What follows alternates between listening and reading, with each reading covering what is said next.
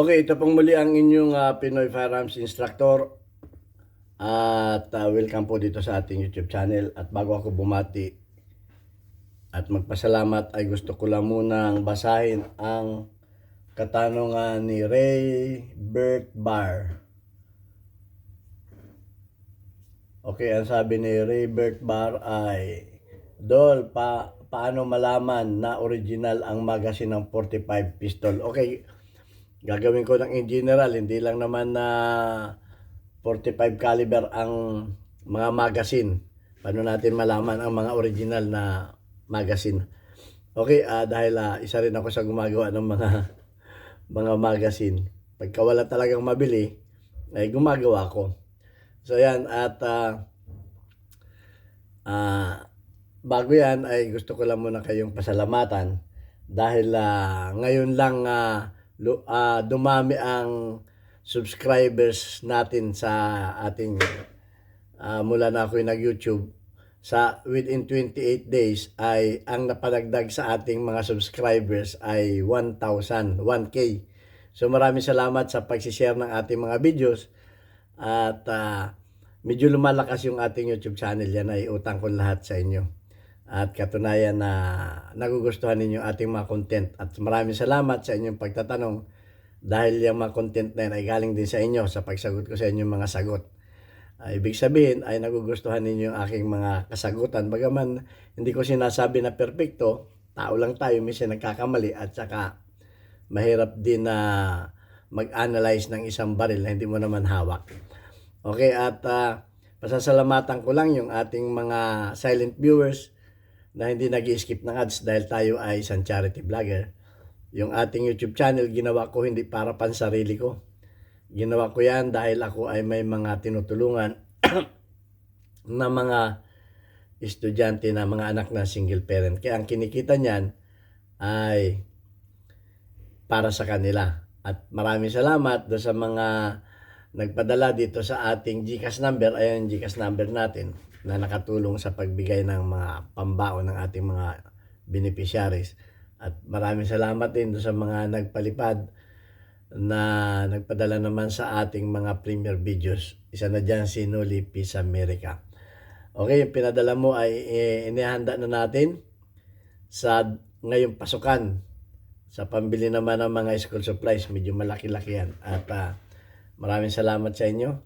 Sana marami pang magbigay sa atin para makatulong naman tayo sa mga bata. At hangad ko talaga na palaki ng ating YouTube channel para madami pang mga bata ang ating matulungan. Okay po ang aking kita dito sa aming kumpanya. 20 years na ako nagtatrabaho dito sa Kuwait sa Mayadin Shooting Range bilang isang firearms instructor, gunsmith at consultant. Wala na rin akong pinapag-aral ng mga anak. Kaya naisipan ko naman na tumulong sa mga bata na nangangarap din maging professional.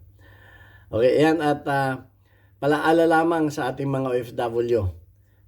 Kung mapapansin ninyo, nag-iba na ang aking boses dahil ngayon ay uso ng sipon at ubo. Yan ang kinatatakutan ko. Dumating na ang tag-init dito sa Middle East.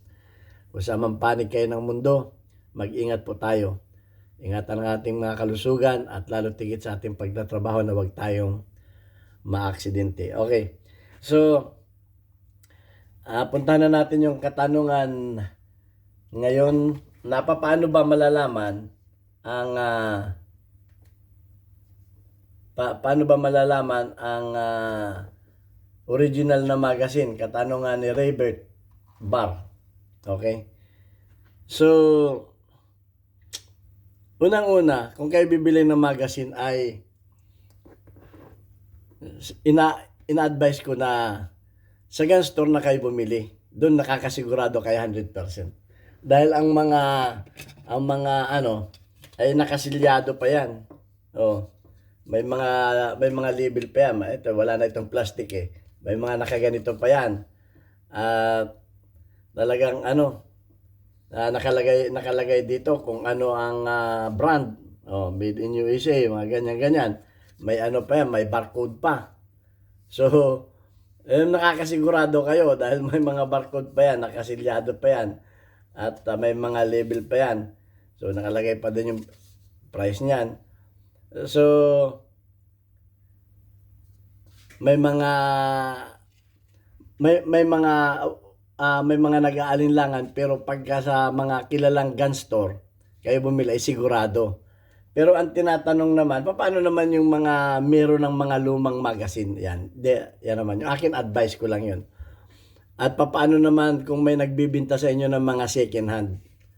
Yun, paano nyo malaman kung yung ibinibinta niya? Kasi mag-aano na naman yung mga baser dyan eh. Alam ko, yung iba magko-comment na dyan na sa gun store kayo magano. Kaya sinasabi ko na pag kayo magko-comment, panoorin muna ninyo yung buong video saka kayo mag-comment. Meron nagko-comment eh na nabasa yung title. O magko-comment agad. Ay sa gun store kayo bumili. O di alam na, hindi siya nanonood ng ano. Ay paano naman yung yung halimbawa may nagbibinta sa inyo. O halimbawa, ako bibintahan ko kayo ng magazine. Sabi ko original yan. Ay paano na kayo maniniwala sa akin na original yung binibinta ko? Yun ang gustong malaman ni Raybert. Okay? Si Raybert ba yun? Kaya, importante na alam din natin. At alam din natin kung original ba yung mga magazine natin. Okay. Raybert. Unang-una, titingnan natin yung outside appearance. Okay? Kasi, titingnan muna natin outside appearance kasi may mga welding yan eh. Minsan ang welding yan ay dito sa gitna. Pag yan ay kinakitaan ninyo ng bakat ng welding dito at hindi maganda pa ang pagka-welding ay pagdudahan na ninyo. Okay, yung pagkakatupi. Okay, yung pagka-flawless. Okay. Pagka nakita ninyo yung pagka-flawless, titingnan ninyo yung may mga ano kasi yan, may mga nakalagay dito na kung ilang bala ang kung ilang bala ang capacity, nakalagay yan dyan, may mga butas yan, kaya masisilip ninyo, pag nasilip ninyo yung bala dito, 10 na ang laman nun, pag dumating na yung bala doon, masilip na ninyo, hanggang sa makikita ninyo ito, 12 ang laman nito, okay, meron din namang 18 ang laman, yan, masilip ninyo. So, yun lang ang outside appearance, okay, at titingnan din ninyo yung mga pad. Yan, yung mga base pad. Kung maganda baga ang pagkagawa. Kasi sa mga sa mga single stack na mga standard na mga 45 caliber, hindi ito natatanggal. Naka-fix ito karamihan. So, titingnan ninyo yung unang-una yung mga welding niya at saka yung pagkakatupi ng lata. Okay, so ano pang inyong titingnan? Ito. Kumuha kayo ng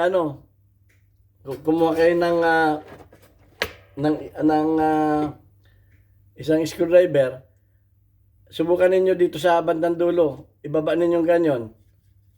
Kung yung follower ay nagsisiso, okay, pag nagsisiso yung follower, halimbawa pinindot ninyo dito at nagsiso yung follower, gumaganong ganon, malamang yan ay hindi original.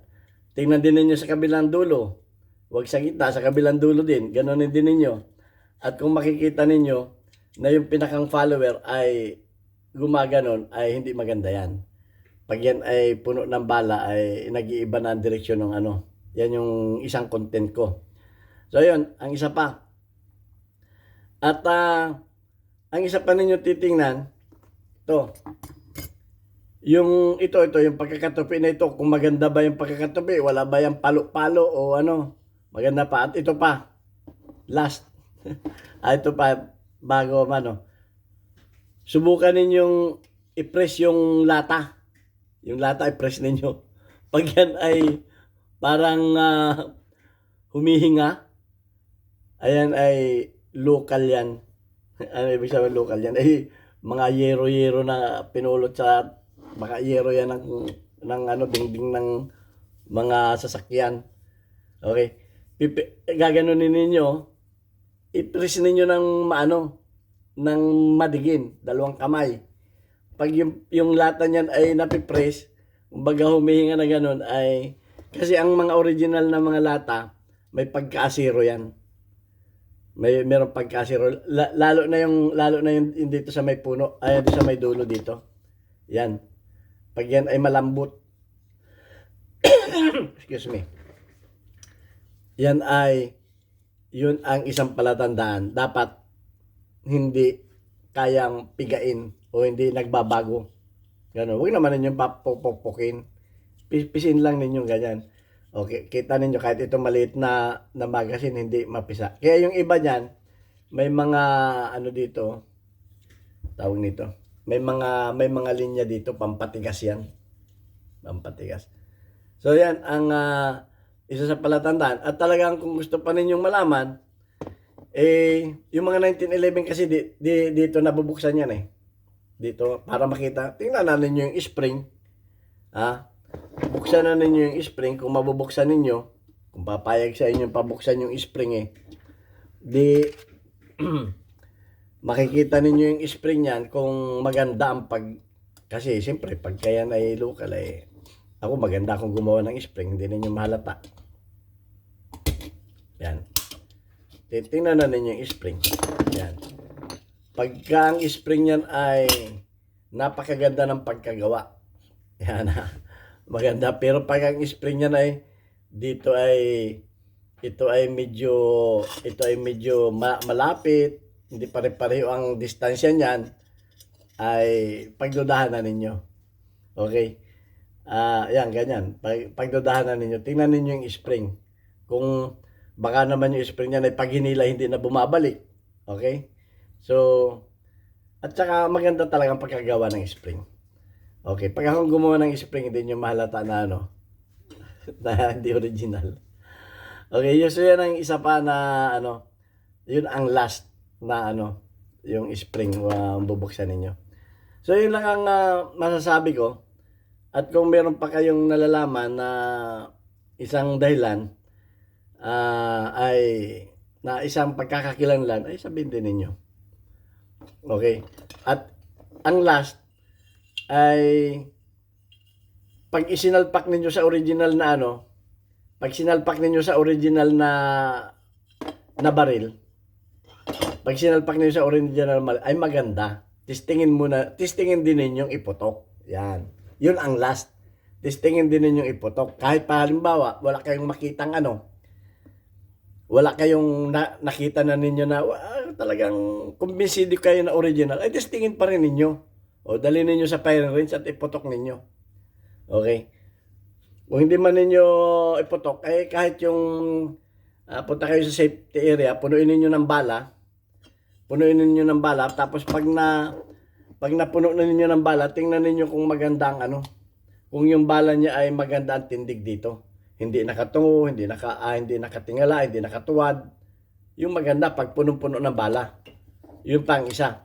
Tapos ay punta kayo sa safety area, save ninyo yung baril ninyo at subukan ninyong i-unload na ganun. Kung maganda ang performance. Kung wala kayong mapaglugar na pwede ninyo iputok sa firing range, wala kayo sa firing range, pwede na yung ganun lang. Okay. So, tingnan ninyo kung maganda ang pag-feed sa chamber kasi merong mga magazine na hindi maganda ang pag-feed. So, yun ang mga pag nasuri na ninyo at nakumbinsi kayo na original, ay last ay testingin pa rin ninyo na ganun. Para hindi kayo mabudol, kumbaga. Okay. At may video na rin tayo paano ito ginagawa pinanood ko, ang hindi ko palang naituturo ay yung paggagawa ng spring. Nagagalit sa akin si Juras Lee. Hindi ko daw tinuro yung paggagawa ng spring. Okay. So, kung may nakita kayo na na vlogger sa YouTube channel na nagtuturo ng paggagawa ng magazine spring magazine spring. Hindi man yung mas na ordinaryong spring ng mga notebook. Okay. Sabihin niyo sa akin at dadagdagan natin ang kaalaman. Okay, so yan lang ang aking masasabi para at kung meron pa kayong alam na maliban sa aking sinabi, i-share ninyo. Baka meron ako hindi nasabi. At yung mga magko-comment, panoorin muna ninyo yung video. Kasi hindi man pare-pare minsan. So ayan lang ang masasabi ko sa inyo at babasahin ko lang sa inyo yung babasahin ko lang wait lang. Wait lang. Babasahin ko lang sa inyo yung ating community guideline ng YouTube natin. So, saglit lang. Ang community natin ngayon ay okay, shout out kay Durandi Filotero 37 ang kanyang engagement. Shout out kay My George Graphic 19 ang engagement. Si Dandels Vlog ay 42 ang engagement. Si Archie Rocky ay isa lang. Si Rafi ay 52 ang engagement. Okay, shout out kay Durandi Filotero. Shout out kay My George Graphic. Shout out kay Dandels Vlog. Shout out kay Archie Rocky at shout out kay Rafi. Okay, maraming salamat sa inyo. Mag-share lang kayo ng ating mga videos at para mapasama rin kayo sa ating community spotlight. Thank you very much. God bless us all.